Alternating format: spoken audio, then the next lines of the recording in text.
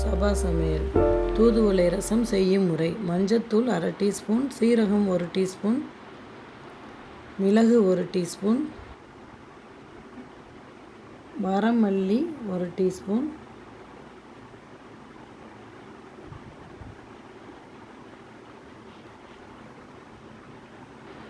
துவரம்பருப்பு 1 டீஸ்பூன்,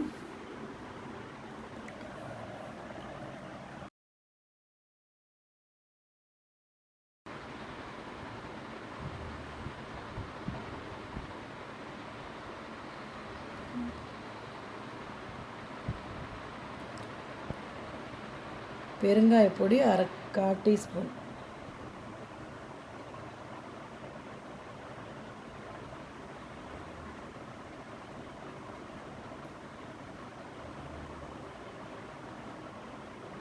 பூண்டு ஒரு 6-7 பல், சிறிதளவு கருவேப்பிலை, சிறிதளவு மல்லி, ஒரு வரமிளகாய்.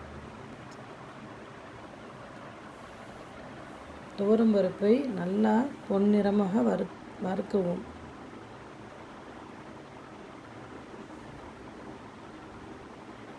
அதுடன் சேர்த்து மல்லி 1 டீஸ்பூனையும் வறுத்து கொள்ளவும்.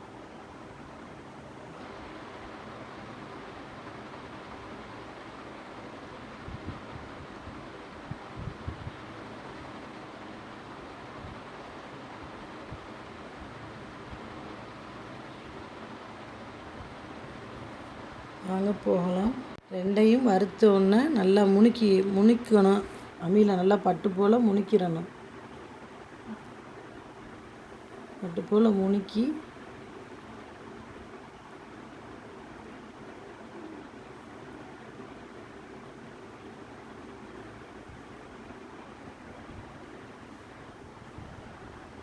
இந்த ரசம் எதுக்குன்னா, குழந்தைகளுக்கெல்லாம் அடிக்கடி சளி பிடிக்கும்.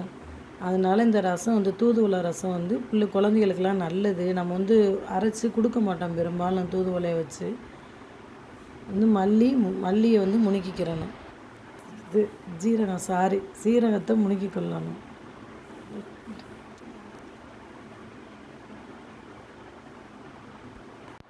ஜீரகத்தை நல்லா முணுக்கணுன்னு மிளகை வச்சு நல்லா கொஞ்சம் 1, 2, 3 முணுக்கிக்கிறணும்.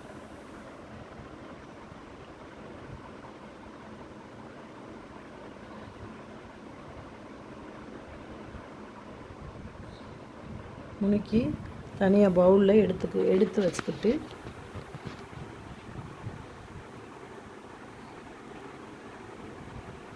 திரும்ப மல்லி, 2 கொத்து கருவேப்பிலை, 1 கொத்து மல்லி, இதை நல்லா மை போல் நல்லா அரைச்சி எடுத்துக்கிறணும்.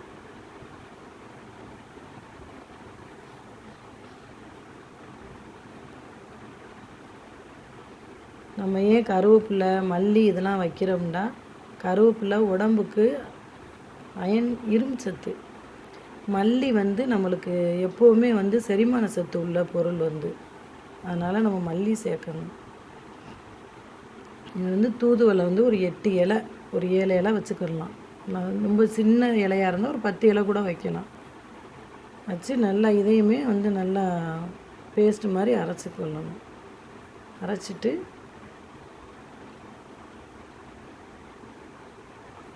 கொஞ்சம் முள் இருக்கும், கையில் குத்தும். நம்ம கொஞ்சம் பார்த்து எடுத்து வச்சுக்கிட்டு நம்ம அரைச்சோம்னா அந்த முள்ளெல்லாம் அப்படியே நைஸாக அரைச்சிரும்.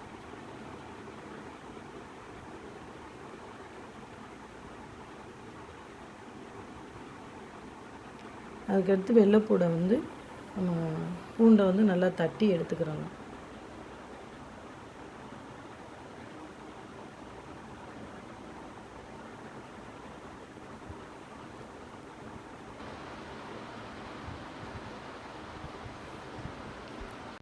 நல்லா பூண்டை தட்டிட்டு அதோட நம்ம நம்மளுக்கு உரப்பு எவ்வளோ தேவையோ அந்த அளவுக்கு பச்சை மிளகாய். நாங்கள் எங்களுக்கு உரப்பு அதிகமாக நாங்கள் சேர்க்க மாட்டோம். அதனால் நாங்கள் ஒரு மீடியம் சைஸ் 2 மிளகா வச்சுருக்கேன். உங்களுக்கு எவ்வளோ உரப்பு தேவையோ நீங்கள் அவ்வளோ வச்சுக்கோங்க. இதோட நம்ம எடுத்துக்கிறோம். அம்மியில் உள்ள பொருளை எடுத்துட்டு நம்ம ஒரு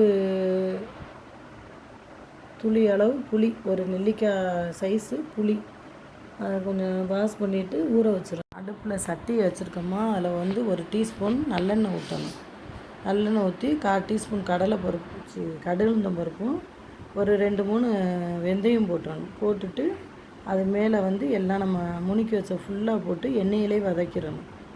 வதக்கிட்டு நம்ம புளி எடுத்தோம் இல்லையா, அந்த உப்பு போட்டுறணும். உப்பு போட்டு எல்லாத்தையுமே நல்லா வதக்கிடணும். நம்ம புளி எடுத்ததை கரைச்சி ஒரு வடிகட்டி பவுலில் வச்சுருந்து அதை நம்ம தாளித்து தூக்கி ஊற்றிடணும். மீடியம் சைஸ் 2 தக்காளி மேலே உள்ள இதை கட் பண்ணி எடுத்துட்டு நல்லா